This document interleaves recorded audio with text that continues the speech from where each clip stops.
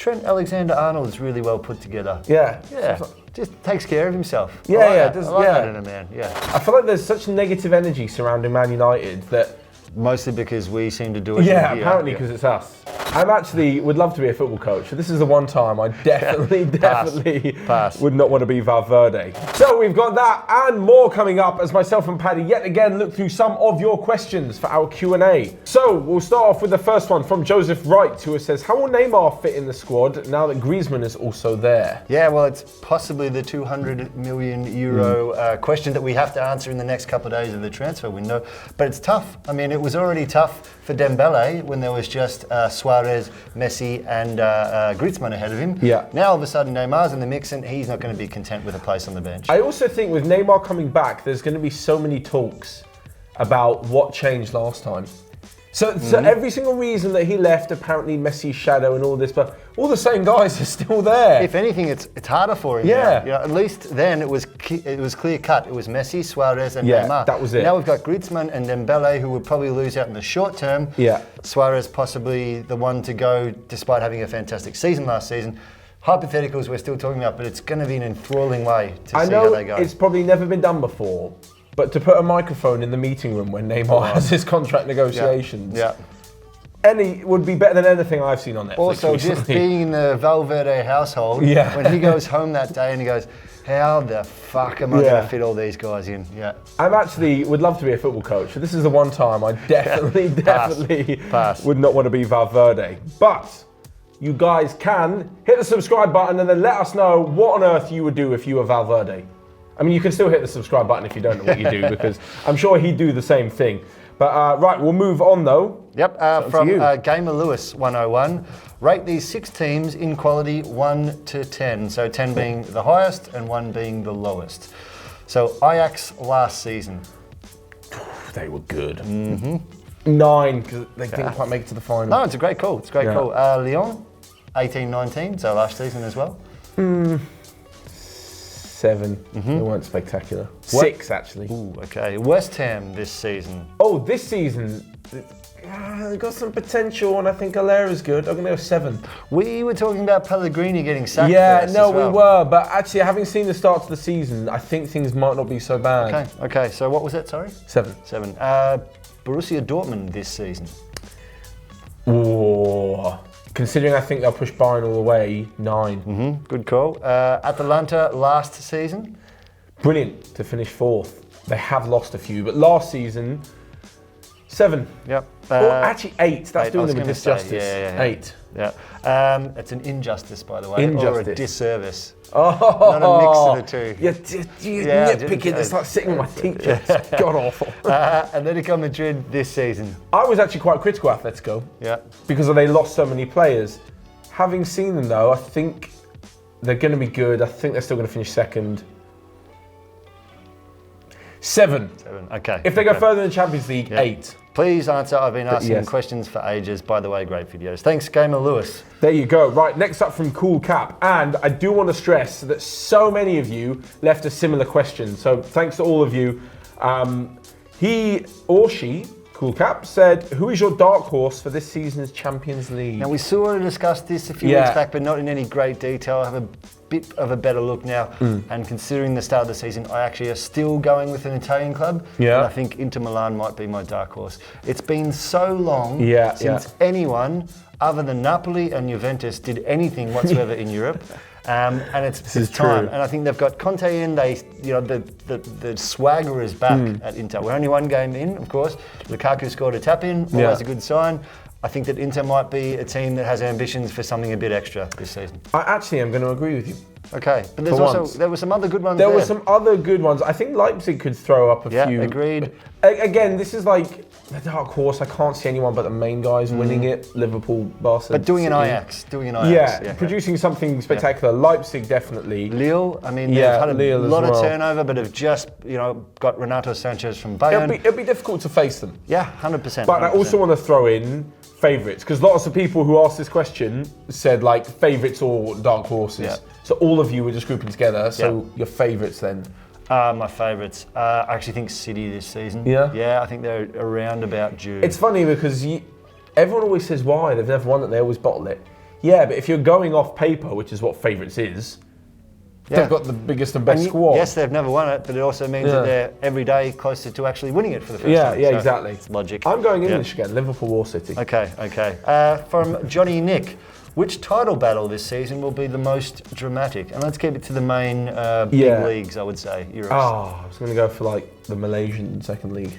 Is that a bit of disrespect, a bit of shade towards our Malaysian None brethren? at all. Yeah. I've heard it's a thrilling title race. No, actually, you've just mentioned them. The Italian one would be interesting, but I fear that Juve can grind out results. For me, I think it's going to be the Bundesliga. Yeah, it's a good call. Last season looked super interesting until Dortmund just kind of went off at the end. I think, as we mentioned before, and I seem to always mention, Leipzig looks stronger. I think Leverkusen as well look quite strong. Kai Havertz looks unbelievable, despite losing Brandt as well. Incredible, yeah. And Bayern have showed a few shaky moments so far. Exactly, not the cleanest of starts by them. I think elsewhere it's going to be two-horse races at best. Okay. So for me, Bundesliga. Yep, fair enough. Right, next up from Martin Gamer said, is Lewandowski as important to Bayern as Messi or Ronaldo are to Juve and Barca? I would say yes. I mean, he's obviously not mentioned in the same breath quality-wise as those two, despite being obviously a fantastic player and a fantastic goal scorer. But if you have a look at Bayern without him, they are the shadow of the side that they would be with him.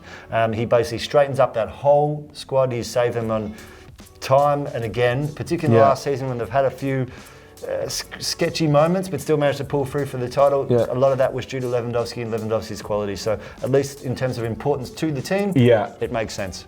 Exactly. Goal scorer wise, I'd put him up there with Messi and Ronaldo. Yeah, 100%. But player wise, of course, he's a different player. Of course, absolutely. From Sumit Parmar has Alex Oxlade-Chamberlain regressed? Is he a worthy replacement for the Liverpool front three? He's one of these players who, again, I feel quite bad saying it, his utilisation across the whole pitch voids sort of him really being able to nail down a place as a starter in a certain position. Yet every time you say, he's my centre midfielder, you put him in centre midfield, he has a bad game, and people say, but is he a left winger? And then, Mane gets injured and he goes out there and doesn't quite play well, and he started up front, I think. And was it in the Super Cup against Chelsea? I believe he started as a forward. Regress, no, I just don't think he's improved. Do we just at least say that he is a fantastic, versatile squad player? Yeah, absolutely. Basically like a hyped up James Milner. Yeah, and he doesn't need to be another Mane or another Firmino. He's definitely playing a role within that, even if it's maybe not what it looked like it was going to be at the start of his career. As a worthy replacement for the front three, I'm not sure too many players are worthy of replacing a brilliant front three, so it's difficult. That's why the front three are the front three, because pretty much because they're irreplaceable. But he can certainly do a job in there. I certainly think he's a good player. For sure. Next up from Really Dumb Fish. I feel like we might have had that name before. It's an excellent name. With rumours of Klopp leaving in 2020, do you think Steven Gerrard will be ready to take over Liverpool? That's a really interesting take, and I think you would maybe say yes, hypothetically. Because, I mean, he's obviously just starting his career as a manager now. He's obviously with Rangers. He will come back and he will coach Liverpool at some stage in his career, without a doubt. It's the same as Lampard. We discussed it maybe a bit early for Lampard. 2022 is still a couple of seasons for Gerrard to hone his skills, as a coach and as a man manager. But I wouldn't be surprised if Klopp leaves. If Lampard can get it after one season, I'm sure Gerrard after four. And it's not like, Gerrard is absolutely going to do fantastic stuff at Rangers. You would think, because it is a very shallow pool to fish in. Let's put it that way. He's only up against Rangers. Celtic. So he will probably win a few trophies. Build a bit of a reputation, and by 2022, you could easily see him stepping into that void. Imagine Klopp without Liverpool, or Liverpool without Klopp. It's happened before. He wants a little sabbatical as long as he doesn't end up at Bayern at some point. From Max Schroeder, is Nicolas Pepe a flop for Arsenal since he has no goal in the opening 3 matches, or is he still fitting in and needs more time? Well, he played about 20 minutes in the first game, the second half against Burnley, and then started away at Anfield, so it's a bit harsh to judge him on 2 sub-appearances and one of the hardest away trips in the league. Totally agree. not a flop. No, I think he'll come good. I think it'll be super fantastic play. Everything's there for him to be brilliant. I actually think that the word flop, and this has been driven largely by headlines and red top newspapers, it is completely overutilised. It annoys me so much. And transfer flop X, I mean, he was injured the whole time. It's not his fault, Like, after 3 games, no one can be a flop. Yeah. No and just for not scoring as well. Yeah. Like, he's not the main attacker.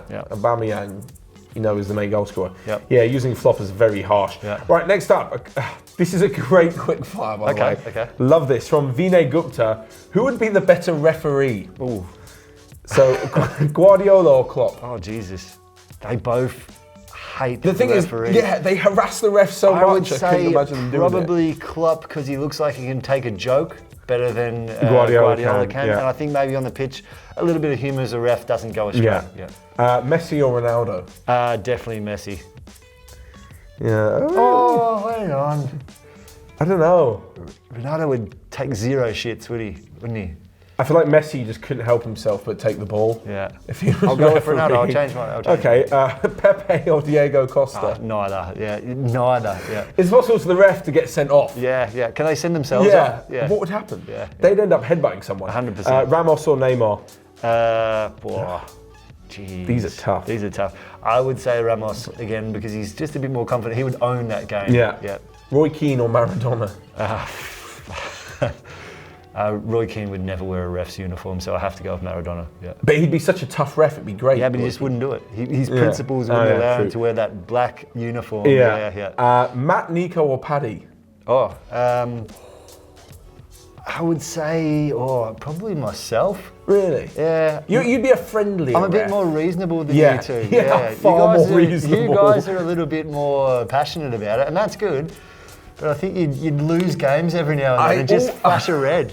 I always thought this. If I was a ref and someone sort of, came up to me, I'd like push him back. Yeah. And I'd be like, you want to fuck around on my pitch? You'll grab by the throat. I'd be one of those, these refs, and then you'd be have a word. You'd be one of these ones straight away. I'm a Mike Dean, card happy. Yeah. Anyway, he said, also tell me the name of the player you think would be the best ref in general.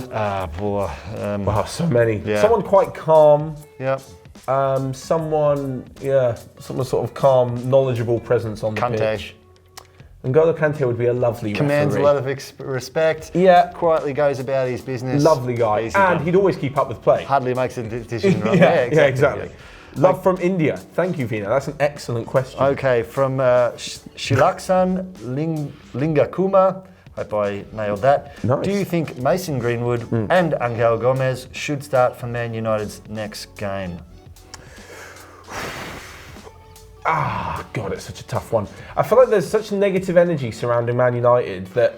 Mostly because we seem to do it. Yeah, apparently because it's us, even though that's not true. I am conscious of it though. We do talk negatively. We are not.